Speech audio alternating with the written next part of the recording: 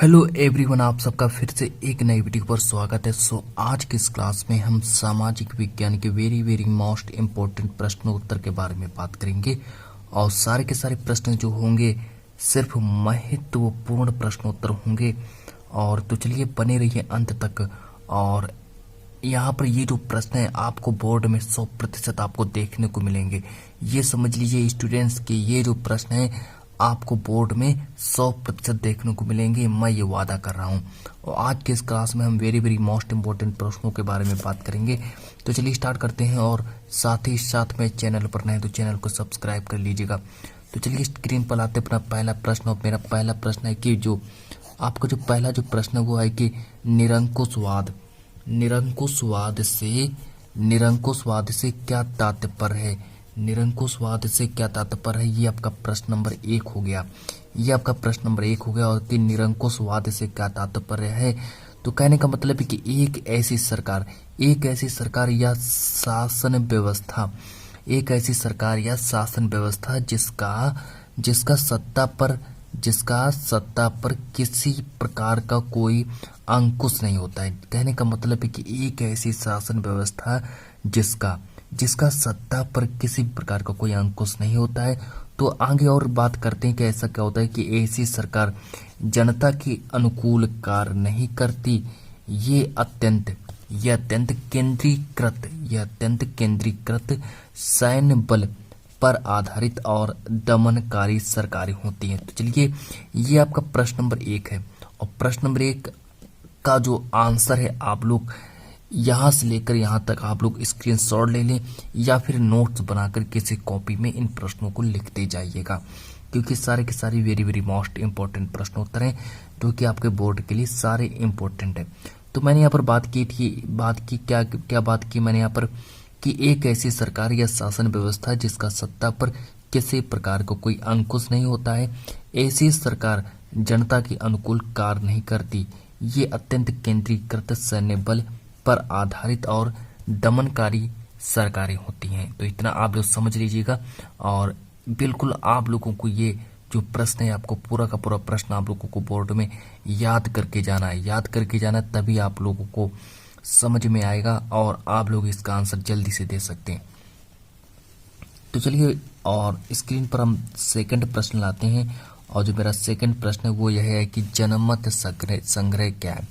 अब जनमत संग्रह के बारे में बात करते हैं, इस प्रश्न के बारे में बात करते हैं। चलिए कि जनमत संग्रह क्या है।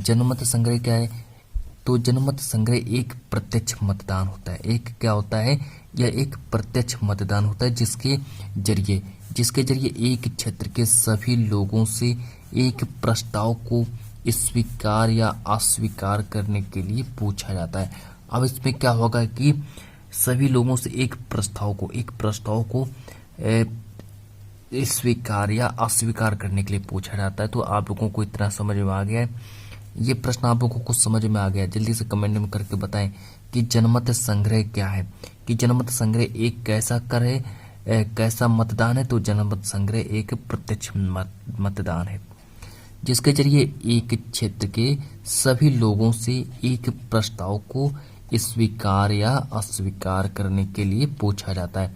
तो इतना आप लोगों को समझ में आया। और इसी के साथ बढ़ते हैं प्रश्न नंबर 3 की ओर की नर जाति। अब इस बार नर जाति शब्द का अर्थ आप लोगों से पूछा जाएगा कि नर जातीय शब्द का अर्थ बताना है आप लोगों को। तो नर जाति शब्दों का अर्थ क्या होता है, तो बात करते हैं कि एक साझा नस्ली जिसे जनजाति या सांस्कृतिक जिसे जनजाति या सांस्कृतिक उद्गम अथवा पृष्ठभूमि जिसे कोई समुदाय अपनी पहचान मानता है। तो इतना आप लोगों को समझ में आया। इन प्रश्नों को नोट करिए, साथ ही में इनका आंसर भी नोट करते जाइए। तो चलिए कि नर जाति शब्द का अर्थ बताइए। मैंने यहाँ पर इस प्रश्न के बारे में बात की जिसका आंसर होगा कि एक साझा नस्ली जनजाति। एक नस्ल के बारे में बात हो रही है यहाँ पे। जो एक नस्ल है और वो कैसी जनजाति नस्ल है, या फिर कह सकते हैं सांस्कृतिक उद्गम अथवा पृष्ठभूमि जिसे कोई समुदाय अपनी पहचान मानता है। इस तरीके से आप लोगों को लिखना है। तो चलिए पहले थोड़ा हम रिवीजन करा दें, जितना हम पढ़ा चुके हैं उसका पहले रिवीजन करते चलिए। कि जनमत संग्रह क्या है। तो जनमत संग्रह क्या होता है कि जनमत संग्रह एक प्रत्यक्ष मतदान है जिसके जरिए एक क्षेत्र के सभी लोगों से एक प्रस्ताव को स्वीकार या अस्वीकार करने के लिए पूछा जाता है। तो चलिए इसी के साथ हमारा जो पहला जो प्रश्न था वो क्या था, मेरा जो पहला प्रश्न यह था कि निरंकुशवाद से क्या तात्पर्य है। तो निरंकुशवाद से क्या तात्पर्य है कि एक ऐसी सरकार या शासन व्यवस्था जिसका सत्ता पर किसी प्रकार का कोई अंकुश नहीं होता है, ऐसी सरकार। अब और आगे बात करते हैं, ऐसी सरकार जनता के अनुकूल कार्य नहीं करती। ये अत्यंत केंद्रीकृत सैन्य बल पर आधारित और दमनकारी सरकारें होती है। तो चलिए, और इसी के साथ अब हम बढ़ते हैं प्रश्न नंबर जो मेरा नेक्स्ट है, और प्रश्न नंबर नेक्स्ट की ओर बढ़ते हैं। तो चलिए और बने रहिए अंत तक, और प्रश्न नंबर नेक्स्ट की ओर बढ़ते हैं। तो ये चलिए प्रश्न नंबर स्क्रीन पर जो मेरा नेक्स्ट प्रश्न है वो क्या कह रहा है। स्क्रीन पर मेरा नेक्स्ट प्रश्न आ चुका है। तो स्क्रीन पर मेरा नेक्स्ट प्रश्न क्या कह रहा है कि जो आपका 19वीं शताब्दी में क्या हुआ कि 19वीं शताब्दी में यूरोप में क्या हुआ, एक राजनीतिक एवं मानसिक जगत में क्या हुआ कि भारी परिवर्तन आने के क्या कारण थे। मतलब कहने का मतलब है कि जो 19वीं शताब्दी में यूरोप में क्या हुआ कि एक राजनीतिक एवं मानसिक जगत में भारी परिवर्तन आने के क्या कारण थे। तो इसका आंसर आप लोगों को लिखना है। क्या कारण थे कि जितने भी राष्ट्र राज्य थे उसमें उदय हुआ, और साथ ही साथ में क्या है एक कारण था। आप लोगों को लिखना है कि यह है कि क्या था, यह एक कारण था कि 19वीं शताब्दी में यूरोप में राजनीतिक एवं मानसिक जगत में भारी परिवर्तन आने के क्या कारण थे। तो भारी परिवर्तन आने के जो कारण जो थे वह थे राष्ट्र राज्य का उदय। इस तरीके से आप लोगों को लिखना है। अब इसी के साथ बढ़ते हैं प्रश्न नंबर 5 की ओर। अब चलिए प्रश्न नंबर 5 को देखिए। प्रश्न नंबर 5 क्या कह रहा है कि जर्मन राष्ट्र का जो रूपक जो था वो क्या था। जो जर्मन राष्ट्र का जो रूपक था वो क्या था, साथ ही साथ में वह किस बात का प्रतीक था। तो चलिए बात करते हैं जो आपका जर्मेनिया है। जर्मनी किसका रूपक था। तो जर्मनी जो था ये जर्मन राष्ट्र की रूपक थी।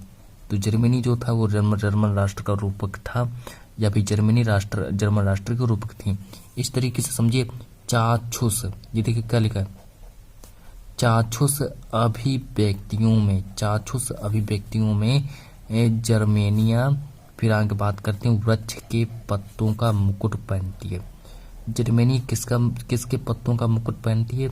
तो चाक्षुष अभिव्यक्तियों में जर्मेनिया वृक्ष के पत्तों का क्या पहनती है, मुकुट पहनती है। क्योंकि जर्मन बलूत वीरता का प्रतीक है। तो जर्मन बलूक जो है किसका प्रतीक है।